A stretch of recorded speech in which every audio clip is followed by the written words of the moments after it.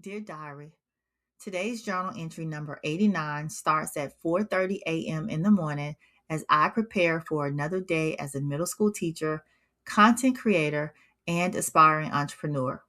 From quiet moments of planning to productive habits that keep me focused, you'll see how I intentionally start each day with purpose. If you're new here, welcome to the pack. I'm Kimberly, and here at Edupreneur Diaries, we believe planning creates productivity, productivity creates wealth, and wealth creates freedom. So grab your coffee, grab your planner, and let's write today's journal entry together.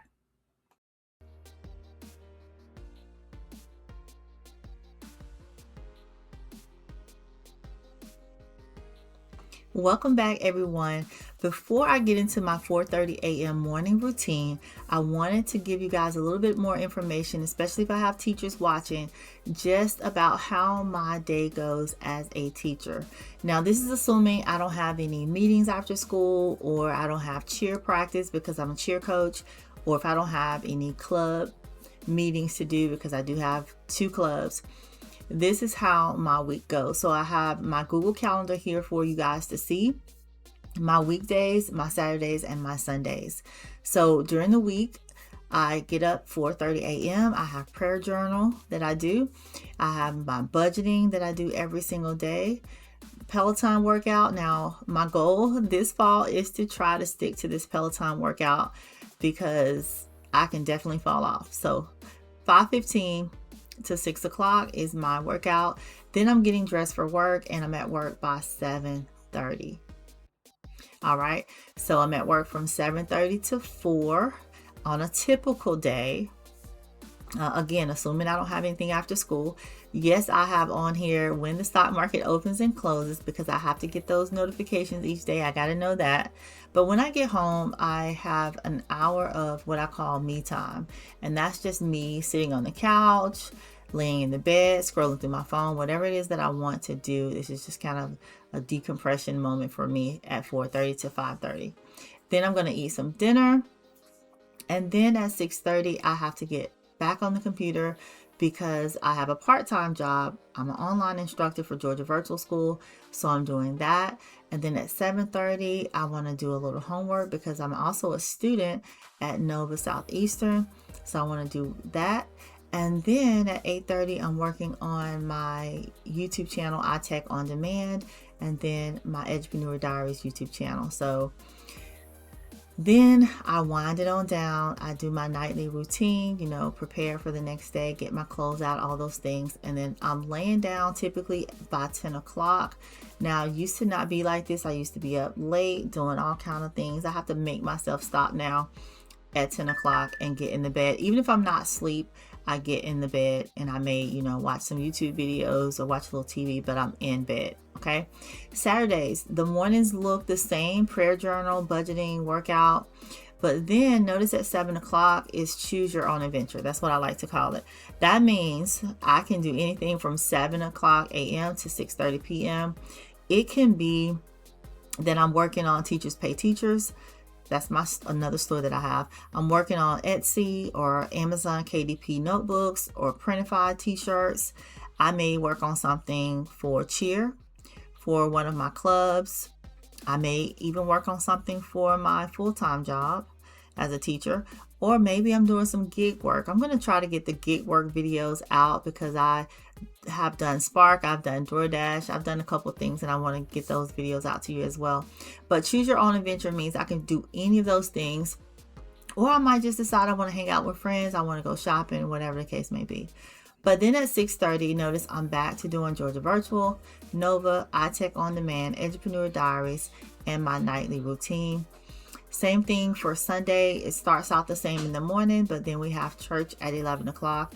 And then at 1 o'clock, we are resting. Got to get some rest. And then we're back on the computer at 6:30.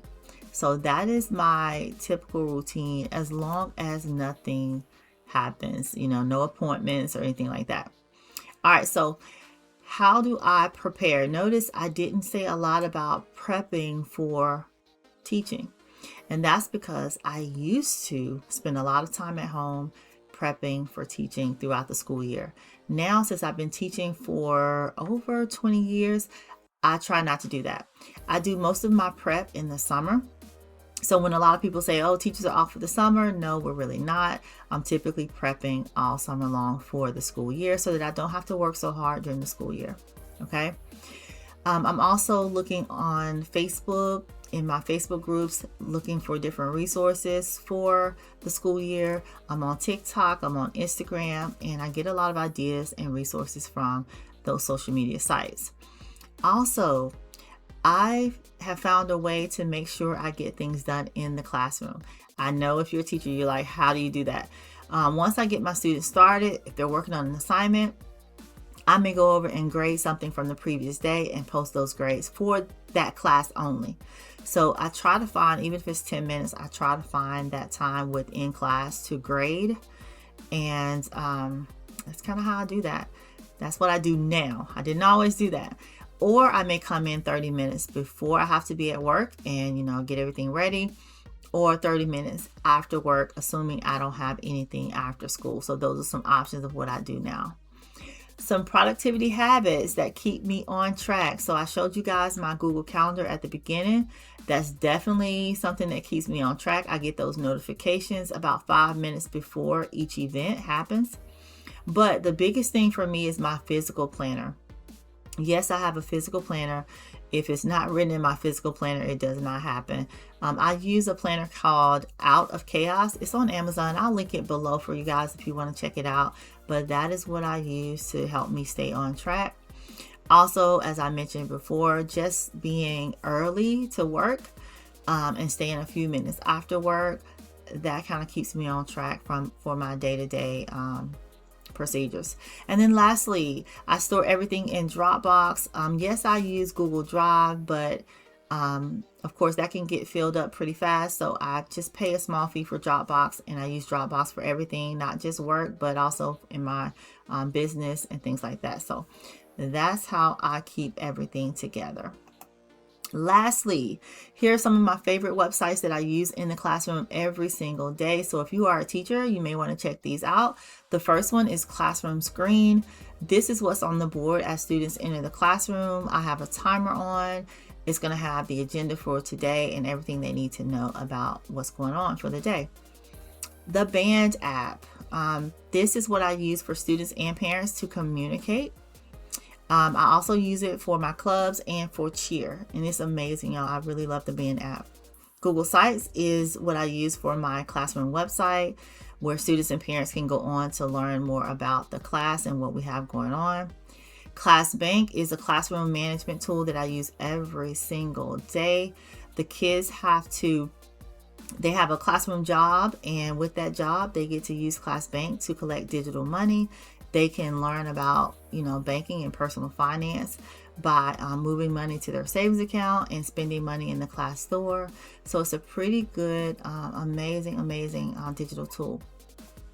All right, and lastly, we type every single day in my class as a bell ringer. So we're going to use typing.com or EduTyping every single day. I think it's very important for the students to know how to type without looking at the keys. So I continue to use this in my classroom, even though it's not technically part of my standards. All right.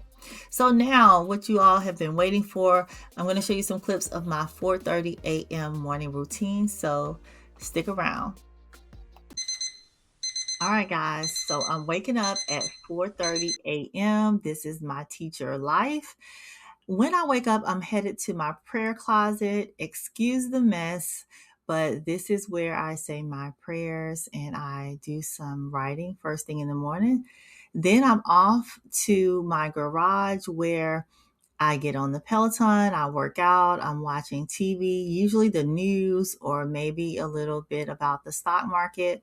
And this is old footage. I actually have my Peloton inside my home now. So it is actually in a room, and I'm going to show you guys that here. Next, we are headed into my office, and I'm going to take a look at my budget. And I'm going to update my budget. I'm going to also take a look at my planner, see what's happening for the day.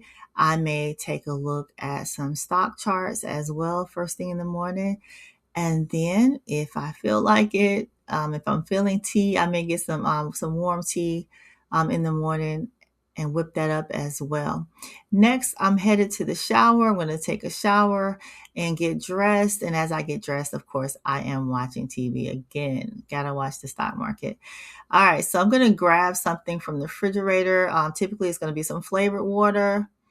It may also be a protein shake if I have some.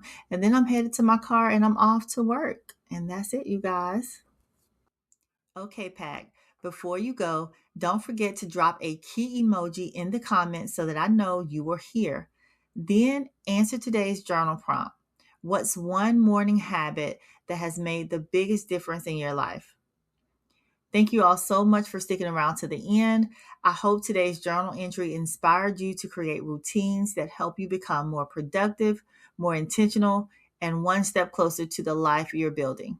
So if you enjoyed today's video, don't forget to like, subscribe, and officially join the pack. We would love to have you here. And remember, planning creates productivity, productivity creates wealth, and wealth creates freedom. I'll see you all in the next journal entry.